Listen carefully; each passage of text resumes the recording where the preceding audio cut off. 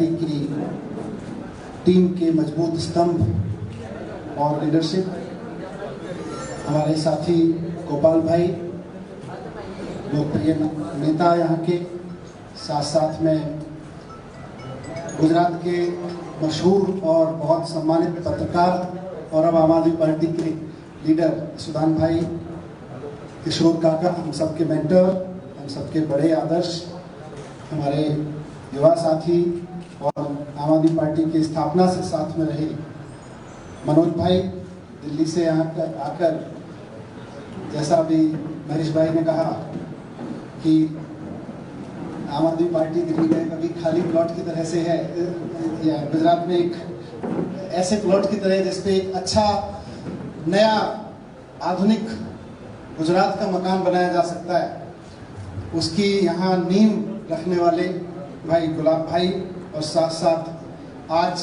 इस पार्टी में शामिल हो रहे, इस पार्टी परिवार का हिस्सा बन रहे और अभी अपनी भावपूर्ण अभिव्यक्ति से हम सबके अंदर जोश भरने वाले महेश भाई। मैं सबसे पहले तो महेश भाई का आम आदमी पार्टी में स्वागत करता हूं और मुझे बहुत खुशी है कि गुजरात में आम आदमी पार्टी दिन दूनी रात चौगनी स्पीड से बढ़ती जा रही है। 4 महीने पहले मैं यहाँ जब आया था चुनाव के समय पे, तो आप में से कई पत्रकार साथियों ने बहुत जायज बात करते हुए पूछा था, भाई आप नई पार्टी हैं, आपका जोश है, लेकिन स्थायित्व कितना है, विस्तार की संभावनाएं कितनी है। 4 महीने के अंदर अंदर हम सब गवाह हैं कि जिस तरह से सिर्फ सूरत की बात करें तो सूरत के आम लोगों ने जिस तरह से आम आदमी पार्टी पे भरोसा करके एक यंग एजुकेटेड टीम पॉलिटिक्स में लेके आए हैं सूरत के लोग, और जिस तरह से लगभग 120 दिन हो गए, 125 दिन हो गए करीब उनको चुने हुए, जिस तरह से उन सब लोगों ने जमीन पर उतरकर काम किया है। अब सिर्फ दिल्ली का काम नहीं है, अब गुजरात का भी काम बोलने लगा है। आज गुजरात के पार्षदों का काम भी बोलने लगा है, उनका आचरण बोलने लगा है, उनकी ऊर्जा बोलने लगी है, उनकी पॉलिटिक्स बोलने लगी है गुजरात में। तो उस सब से प्रभावित होकर आज महेश भाई आम आदमी पार्टी परिवार में शामिल हो रहे हैं और ये आम आदमी पार्टी के प्रति आज आम आदमी पार्टी के नेतृत्व राष्ट्रीय संयोजक अरविंद केजरीवाल जी की राजनीति के प्रति एक उनका सम्मान है कि उन्होंने इतना लंबा समय समाज सेवा में लगाने के बाद और एक सिर्फ समाज सेवा नहीं, साथ साथ एक सफल उद्योगपति होने के बाद ये तय किया कि अब मैं आम आदमी पार्टी में आके वो सेवा करना चाहता हूँ जिसको मैं जीवन भर करता रहा, जिसके लिए मैं अपना कमाया हुआ पैसा लगाता रहा। आज मैं आम आदमी पार्टी में शामिल होकर गवर्नेंस में, राजनीति में वो बदलाव लाना चाहता हूँ जिसको मैं समाज सेवा के जरिए लाता रहा। ये हम सब के लिए सौभाग्य की बात है और हमारे सबके लिए, हमारे कार्यकर्ताओं के लिए उत्साह की बात है।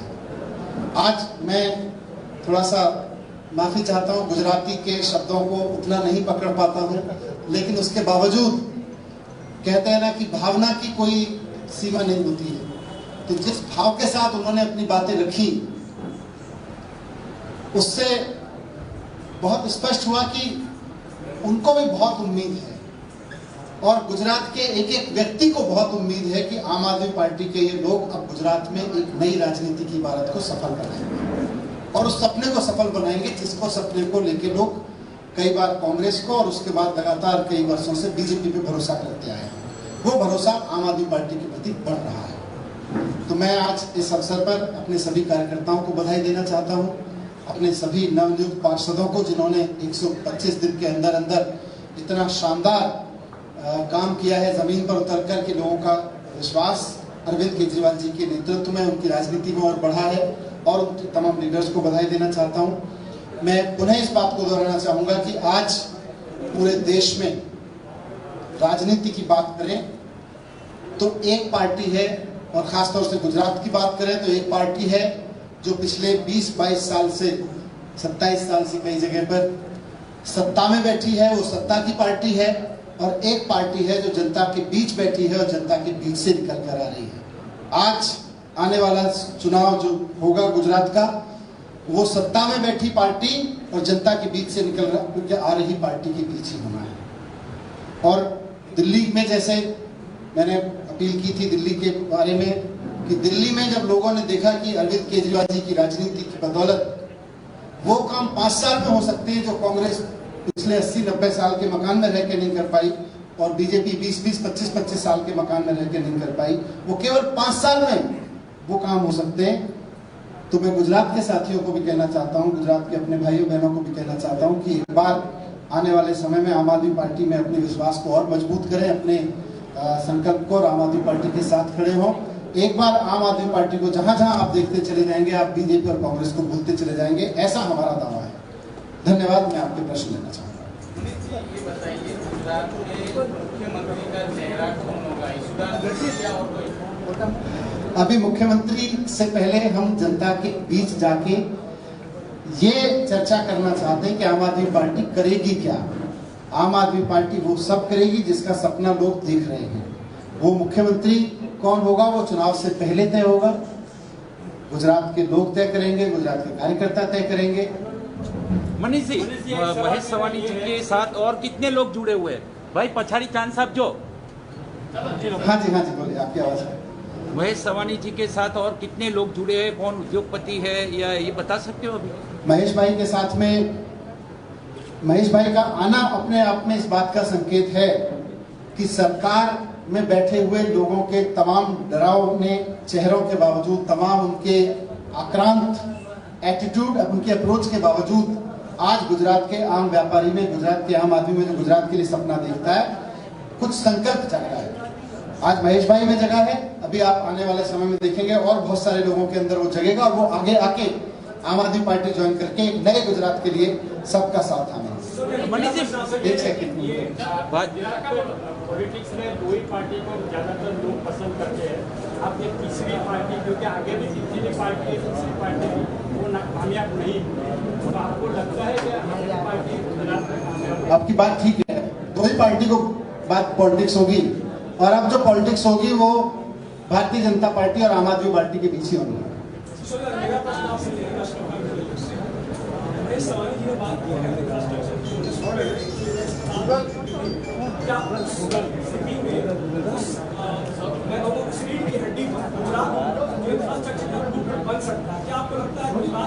सवाल पूछने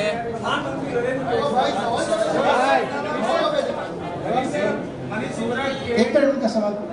देखिए, अगर 5 साल में दिल्ली में हो सकता है, तो ये सवाल तो गुजरात के लोग भी पूछ रहे हैं कि यहाँ 27 साल से बीजेपी क्यों नहीं कर पाई, और उससे पहले कांग्रेस इतने समय रह कर पाई, वो क्यों नहीं कर पाई। आपने कहा दिल्ली कर सकती है, गुजरात भी कर सकता है, लेकिन एक चीज जिस तरीके से केजरीवाल जी पंजाब में जाके प्रेडिक्ट कर सकते हैं कि मुख्यमंत्री बनेगा, तो गुजरात में कौन से समाज का या कौन से जाति का व्यक्ति मुख्यमंत्री? आप आने दीजिए, प्रेस कॉन्फ्रेंस करेंगे इस बात पर, फिर बताएंगे। आपको आके सब रखेंगे, सब पे। भाजपा के कितने बड़े नेता आपके संपर्क में हैं? अभी समय आने दीजिए, बहुत सारे लोगों को जिनको उम्मीद है कि अब समय बदलेगा, राजनीति बदलेगी, बहुत लोग और जुड़ते हैं। आज कितने लोग जुड़ने वाले हैं? और गुजरात विकास मॉडल की बात होती है तो आम आदमी पार्टी के क्या मुद्दे होंगे आगामी विधानसभा चुनाव में? क्योंकि सरकार लगातार कहती है वो विकास कर चुका, गुजरात मॉडल पूरे देश में ला सकते हैं।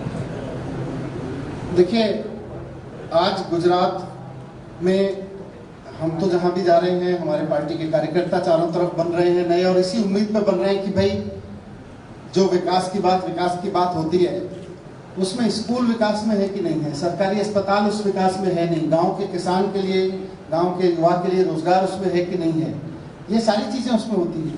तो जो महेश भाई ने रखा,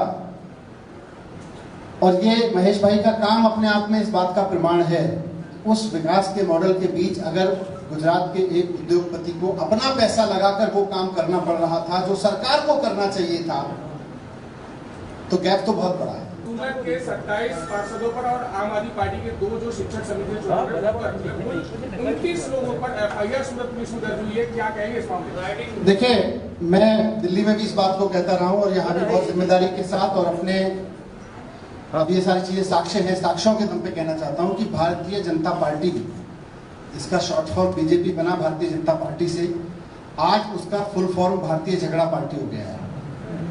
आज उसके पास केवल और केवल झगड़ने के अलावा कोई एजेंडा नहीं है।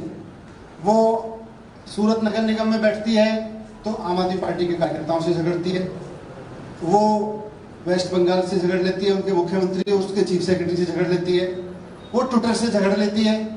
आजकल भारतीय जनता पार्टी केवल भारतीय झगड़ा पार्टी बनकर रह गई है। उनके पास ना गुजरात के लिए कोई काम है, ना देश के लिए कोई काम है।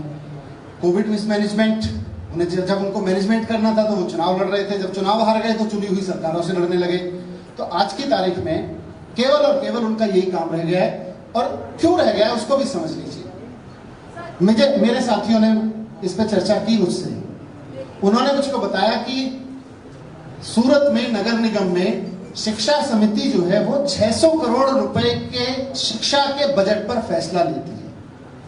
सूरत नगर निगम के स्कूलों के 600 करोड़ के बजट पर भारतीय जनता पार्टी मनमर्जी चलाती आई है पिछले कई वर्षों से। आज जब ये अवसर आया, सूरत के लोगों ने उनको चुनौती देके कहा कि अब हमें आप पे भरोसा नहीं है, तो ये मौका आया कि 2 पार्षद अगर आम आदमी पार्टी के उसमें शामिल हो जाते उस कमेटी में, तो उनकी 600 करोड़ की चोरी रुक सकती थी। आज अगर वो इसलिए नहीं लड़े इसलिए कि उनको 600 करोड़ की चोरी बरकरार रखनी है। भारतीय जनता पार्टी सूरत नगर निगम में शिक्षा के बजट की 600 करोड़ की चोरी को बरकरार रखना चाहती है, इसलिए उन्होंने सारी धांधली की और धांधली करके आम आदमी पार्टी के निगम पार्षदों को समिति में नहीं आने दिया।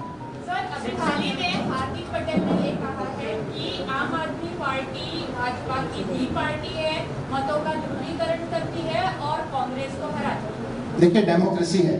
आज डेमोक्रेसी में इतने सारे पत्रकार यहाँ बैठे हैं, इतने सारे चैनल्स यहाँ बैठे हैं, सब एक दूसरे की बात को ऐड करके उसको डेमोक्रेसी बनाते हैं। वो जो राजनीति में कर रहे हैं वो डेमोक्रेसी को मजबूत करें, हम जो राजनीति में कर रहे हैं हम डेमोक्रेसी को मजबूत करें। हम सबको बताएं कि भारतीय जनता पार्टी के साथ बी सेटिंग किसकी है, सबको आरोप लगा है कि जरूरत से ज्यादा आपने ऑक्सीजन मांगा है, क्या स्पष्टता है? मैंने वहां भी स्पष्टता दी थी इस बारे में कि ये आरोप भारतीय जनता पार्टी ने अपने हेडक्वार्टर में एक रिपोर्ट बनाई और उस बीजेपी के कार्यकर्ताओं की रिपोर्ट के आधार पर लगाया है, क्योंकि उस सुप्रीम कोर्ट की ऑडिट कमेटी के जो सदस्य हैं वो खुलेआम कह रहे हैं कि ऐसी कोई रिपोर्ट ही नहीं है, ऐसा आरोप लगाना बेबुनियाद है, ऐसी कोई रिपोर्ट अभी बनी नहीं है। तो फिर फिर भारतीय जनता पार्टी के नेताओं को मैंने चुनौती दी थी, आज लगभग 72 घंटे हो गए, कि भाई जिस ऑडिट कमेटी की रिपोर्ट की आप बात कर रहे हैं उस ऑडिट कमेटी के सदस्यों द्वारा हस्ताक्षरित अप्रूव्ड कोई रिपोर्ट तो लाओ। कोई रिपोर्ट अब तक लाए नहीं, बोले रिपोर्ट है। तो भारतीय जनता पार्टी तो फिर वही वो झगड़ा करने का बहाना है, बीजेपी को कोई झगड़ा करने का बहाना मिल जाता है। चुनाव है, उसके बाद लोकसभा चुनाव आने वाले हैं, क्या आम आदमी पार्टी एक राष्ट्रीय विकल्प है? जनता तय करेगी।